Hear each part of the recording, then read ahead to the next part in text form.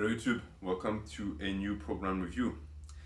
And the lucky chosen one today is going to be, if my document wants to load,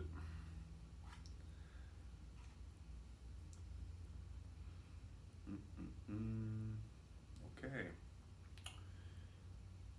I need a new laptop. It is going to be Ugbold Maidar, who submitted that maybe a month ago. So, well, I'm sort of behind on the program reviews. Okay, so the notes that he gives me is pretty much that his goal is to increase overall muscularity on his body by progressing on the main compound lifts, which is a fairly good way to do that. And he chose exercise that he's found works for him. Okay, I'm going to keep that in mind. So I'm not going to try and advise you to switch compound movements. And that's pretty much that. He also tells me that on Wednesday and Saturdays he does 3 sets of 8 reps on weighted pull-ups at home, which as far as exercises to do at home to complement the training you do in a gym, weighted pull-ups are a very good addition. He trains neck 4 times a week at home with neck curls, which, you know, that's some serious volume for the neck. You're going to get some good neck gains from that. He runs 5K, so 3 miles on Sundays uphill for health and conditioning. Running uphill is tough on the hamstrings and glutes. That's a really good exercise, even for size. It's not as good as resistance training, but it's great. And for cardio, it's unmatched. He doesn't do exercises supinated because it hurts his elbows, which happens to a lot of people, which is why he only does hammer curls and pronated pull-ups, okay?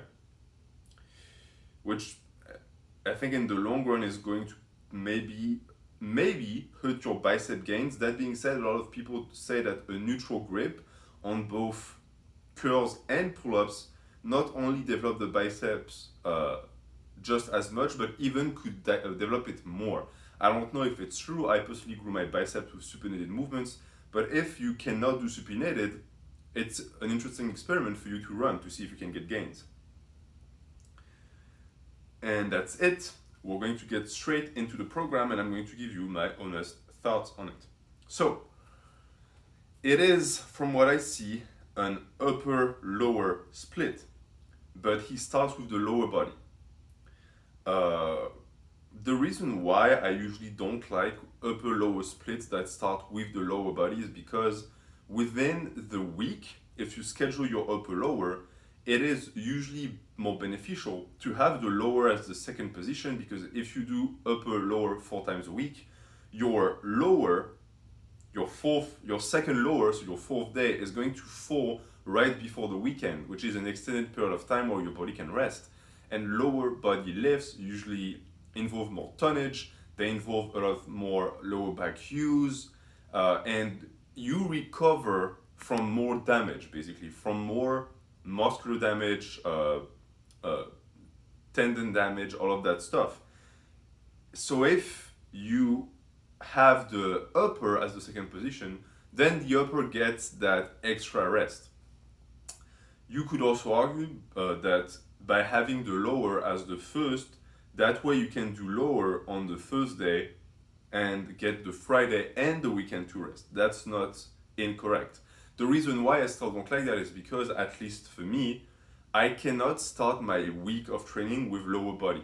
Because lower bodies, I need to be in the mindset, I need to be warm, and because I rest on Sundays, I need to have something a little bit easier to start the week with, which is, for me, upper body movements, because they're lighter. So just something I'm throwing out there if you want to try and switch that to see if it feels better. Okay, so for his lower body on Monday, he starts with squats and he does 4 sets of 8 to 10 reps. Okay, as far as the rep range goes here, it's an evolving rep range. It's very short, so it's a small window of evolution for the rep range. And I'm trying to figure out the way you would do that. So let's say you get 10, 10, 10, 10, depending on the amount of weight you put on the bar for the next time, it's going to have a direct impact on your ability to get at least 8 reps, right? Because your rep range asks you to get at least 8 reps.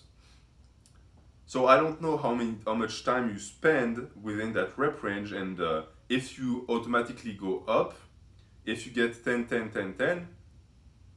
But for me, for example, if I ran that, I would not be able to put, for example, 5 pounds on the bar on a squat, because a 10, 10, 10, 10 would not allow me to hit 8, 8, 8, 8. And even then, I wouldn't want my evolving rep ranges to repeat itself so much.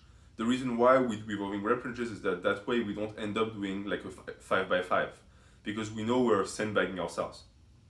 So for this, I would say try and opening the rep range a little bit more. Because I'm looking at the rest of the day, you don't have a lot of knee flexion. You actually have no knee flexion that follows, that could complement that very small window of evolving rep range for the squats. So I would say try 4 sets of 6 to 10 reps, right? This is going to open up the intensity window a little bit more. You could even push it if you wanted to 6 to 12 reps, but that's a window that now starts becoming a little bit too big. You can start with 6 to 10 first. After that, you do RDLs, so Romanian deadlifts, and you do 3 sets of 10 to 12. So 3 sets of 10 to 12, I'm going to assume you go relatively heavy, you push the intensity. I remember you asking me on the Romanian deadlift video why I did them so light. Most likely because you do them more heavy. If you do them more heavy, then that rep range is just fine. And for the RDLs, I actually like 12 to 10, because even though it is technically the same window of evolution than for an 8 to 10 for a squat, it's a completely different lift. Because the RDL starts with the negative portion, it is much easier to grind through reps, I found. So if your goal is to push the intensity and the progression on these for hamstring size, good rep range. The Bulgarian split squats, you do 3 sets of 15 to 18. So this is your, and sorry, I said that you didn't have another knee flexion. This is your other knee flexion. So now that I see that, I think that doing 6 to 10 reps for the squats would be very beneficial. Because it's just small enough so that you can play with the split squats afterwards. Because from what I see from the split squats, this is pretty much what I would call fixated tonnage, because it's 15 to 18 reps. It doesn't really go anywhere. You're giving yourself 3 reps so that you can push yourself a little bit more and make the jump in weight easier. That's very smart. I wouldn't touch that as long as you touch the squats. And for me, I would say that the combo of squats plus high volume Bulgarian split squats are going to be a lot for the quads, so that's good. Armor curls after that, 3 sets of 10 to 12. I'm not a fan of putting upper body movements on the lower body, especially because you seem to do them in what I would call a relatively high intensity window. You do 3 sets of 10 to 12. It's not like it's super high reps. It's not like it's run in a nucleus overload fashion. And I understand if you want more bicep work because you cannot do supinated movements. I just wonder about the synergy between doing lower body for the first half and then switching to hammer curls. That being said, hammer curls don't take too much warm up, so you should be fine. After that, tricep pushdowns, 3 sets of 20 to 25. Okay, so now you have, on the lower body, you have biceps, forearms, and triceps. This is starting to look more like a body part split than an actual lower body day. And as far as upper body splits go, doing glutes, armies, quads, triceps, biceps, forearms, it's starting to become, we're moving further and further away from synergy. Just my 2 cents on that. And then you do bodyweight, tricep extensions, 3 sets of 8 to 12. So you do a fair amount of tricep work, but you do all the work for the medial and lateral heads of the triceps. I don't see any long head. So as far as overall advice goes, if this is something that you utilize because you want your upper body to be much more compound movement focused, which is what I get from what you told me about the way you train, which means you want to focus on bench and overhead press, and you don't want to fry the triceps on these days because you need them to push, then I understand, and in which case keep them on your lower body. I would advise you to just do a giant set and replace the bodyweight tricep extensions by behind the head tricep extensions, French presses, or scroll crushers. And because you're basically working through different muscles, I advise start with the tricep pushdowns, superset them with the hammer curls, and then finish up with the long head of the tricep work.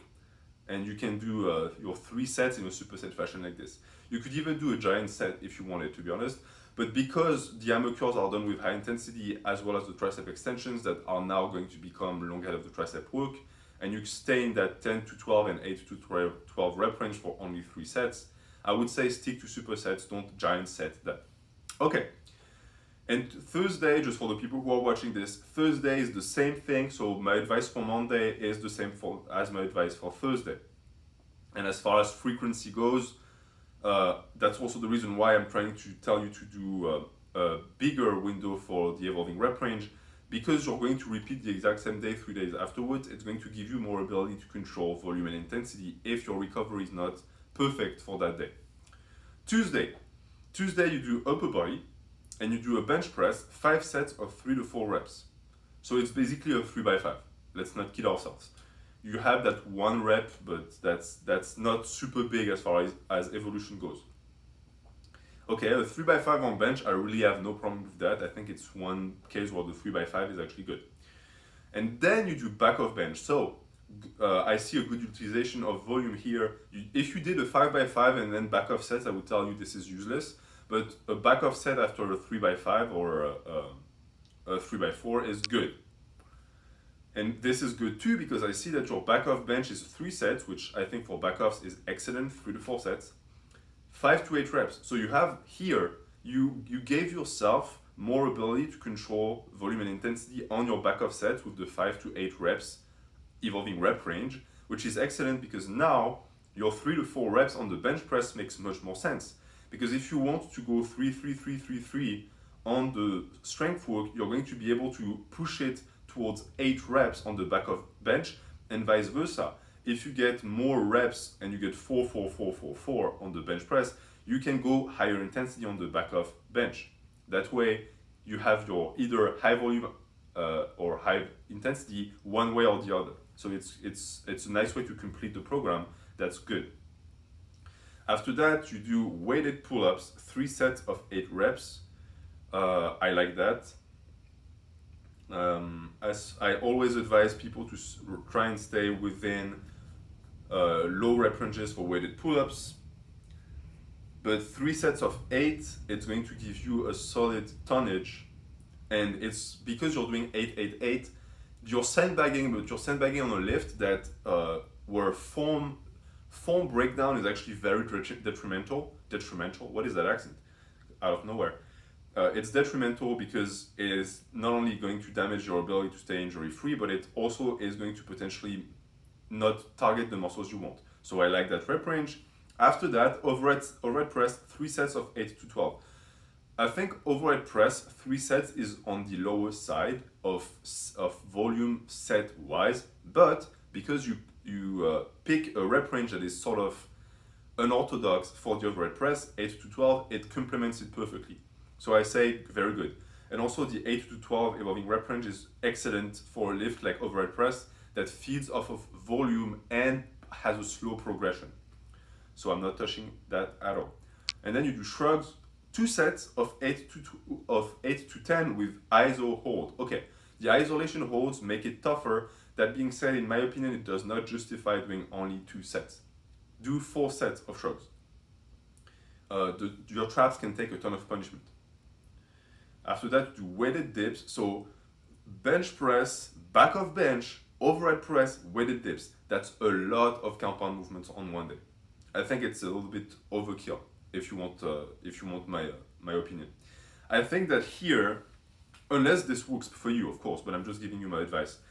I think here you should have your strength work bench press enter a rotation with the weighted dips. So either you specialize and you do 2 months of only weighted dips and then 2 months of only bench press, or you include them in a lifting rotation so that they alternate between one and the other. And because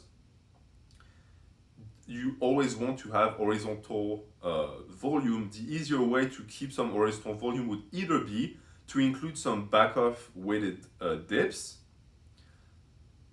or, and that's what I would advise you to do, just keep the back off bench always. So regardless of if you do your strength work on the bench press or on the weighted dips, always keep your back off bench so that you get practice on that lift. I've always found too that between the bench and the dips, the one lift that suffers the most from having to relearn it and just taking a break in general is the bench. Bodyweight movements, calisthenic movements are sort of ingrained in us, if that makes sense. You don't lose too much technical mastery on them.